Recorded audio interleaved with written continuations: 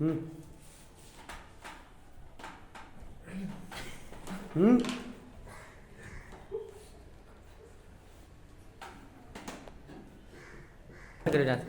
चलो ठीक है। इधर ग्रेविटेशन चैप्टर में अगला टॉपिक आज का है gravitational potential energy. Gravitational potential energy को क्या चीज से रिप्रेजेंट करते हैं जी?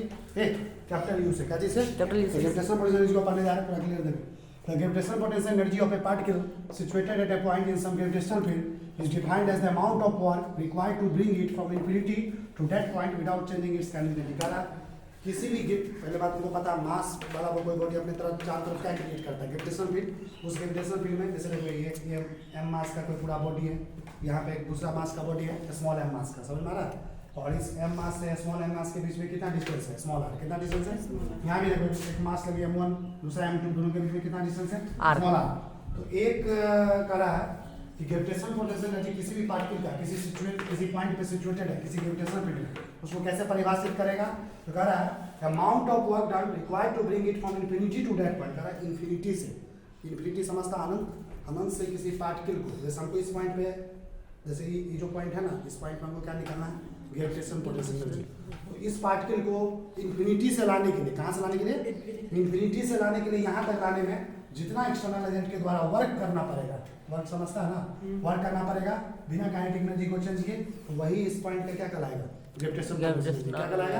Gravitational potential. फिर से सुनो, किसी भी पॉइंट पे तुमको ग्रेविटेशनल पोटेंशियल एनर्जी निकालना है तो उस पॉइंट को इन्फिनिटी से लाएंगे, किसी पार्टिकल को इन्फिनिटी से अनंत से लाने, यहाँ तक लाने में जितना वर्क करना पड़ेगा जो ला रहा है उसको, है ना, तो वही इस पॉइंट का क्या कहलाएगा? Gravitational potential. जैसे देखो यहाँ पे वर्क डन जो होगा वो किसके बराबर होगा? यू के। किसके बराबर? यू के। वर्क डन बराबर होगा ग्रेविटेशनल पोटेंशियल एनर्जी, और ये बराबर होता है, इसका फॉर्मूला होता है minus capital G. Capital G तो समझते हैं यूनिवर्सल ग्रेविटेशन कांस्टेंट। यहाँ पे मास कौन है? कैपिटल है, दूसरा मास क्या है? स्मॉल है। अब बता दोनों के डिस्टेंस में क्या है?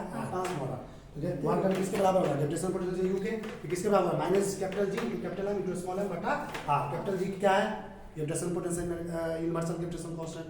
इसका वैल्यू लिखा जो कैपिटल एम क्या है? इस बॉडी का पहले बॉडी का मास, स्मॉल एम क्या है? दूसरे बॉडी का मास, आर क्या है? दोनों के बीच का दूरी। समझ आ रहा है? परीक्षा में दिया रहेगा। या इसके लिए तुमको पूरा ग्रेविटेशनल पोटेंशियल एनर्जी का फॉर्मूला बताओ, तो इसके लिए क्या होगा?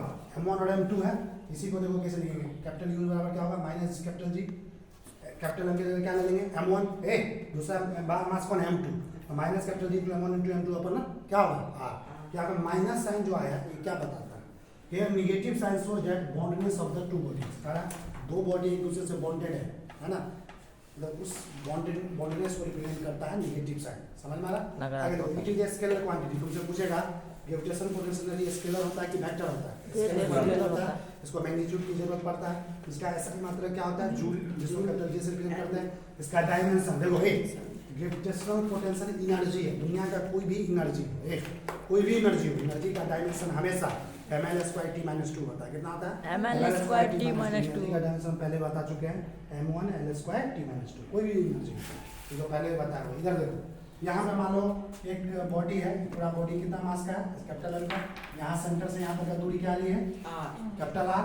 यहाँ से लेके इस पॉइंट तक एक छोटा सा बॉडी लगे स्मॉल है, क्या लिखा है? Gravitational potential energy of a particle of mass small M placed on the surface of the earth. Mass देखो, ये अर्थ है, ये क्या है? अर्थ का मास कितना ली है? पृथ्वी है, पृथ्वी है। Capital M. और इस अर्थ के सरफेस पे एक बॉडी को प्लेस किया गया, रखा गया, जिसका मास क्या है? Small M. तो क्या बोलना है? Gravitational potential energy of a particle of mass small M placed on the surface of the earth of mass capital M, और अर्थ का रेडियस कितना है? Capital R. Capital R. इस जो अर्थ का रेडियस है कैपिटल आर, अर्थ का मास है कैपिटल एम, अर्थ के सरफेस पे एक स्मॉल एम मास का बॉडी रखा गया है, तो बताओ इस स्मॉल एम मास का बॉडी का ग्रेविटेशनल पोटेंशियल एनर्जी कितना होगा? समझ में आ रहा है? उसके लिए फार्मूला क्या होगा? देखो, कैपिटल यूज कर लो, क्या होगा? यही वाला सेम चीज है, माइनस कैपिटल जी, इसका क्या लेंगे? मास कैपिटल एम, इसका मास क्या लेंगे? स्मॉल एम, दोनों के बीच का स्मॉल आर। समझ में आ रहा है ना? यहाँ पे स्मॉल आर नहीं है, यहाँ पे कैपिटल आर है। क्या है? Capital are. समझ में आ रहा है ना? Capital R. तो इसके आगे की कहानी हम आपको नेक्स्ट क्लास में डिस्कस करेंगे।